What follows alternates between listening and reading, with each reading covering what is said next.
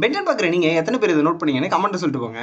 Ben 10 சீரிஸ்ல multiple versions of பென்னை நமக்கு show பண்ணியிருப்பாங்க வேற வேற யூனிவர்ஸ்ல இருந்து.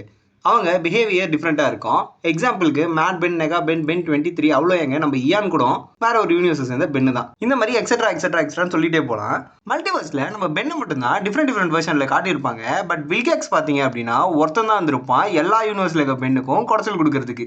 அதாவது நம்ம ப்ரெசன்ட் டைம் லைனில் இருக்கால அந்த வில்கேக்ஸ் தான் மற்ற யூனிவர்ஸ்க்கும் போயிட்டு அங்கே இருக்க பெண்ணுக்கும் பிரச்சனை கொடுத்துட்டு இருப்பான். ஒரு எக்ஸாம்பிளுக்கு நம்ம நோ வாட்ச் பென் எபிசோட் இருக்குல்ல, அதை வச்சுப்போம். ஒருவேளை மற்ற யூனிவர்ஸ்லையும் வில்கேக்ஸ்னு ஒருத்தன் இருந்து அவங்க எல்லாம் ஒன்னா சேர்ந்து வந்து பென் அழிக்கணும்னு நினச்சிருந்தா எப்படி இருந்திருக்கும்? அண்ட் அந்த யூனிவர்ஸில் இருக்க வில்கேக்ஸ்லாம் எப்படி இருந்திருப்பாங்க?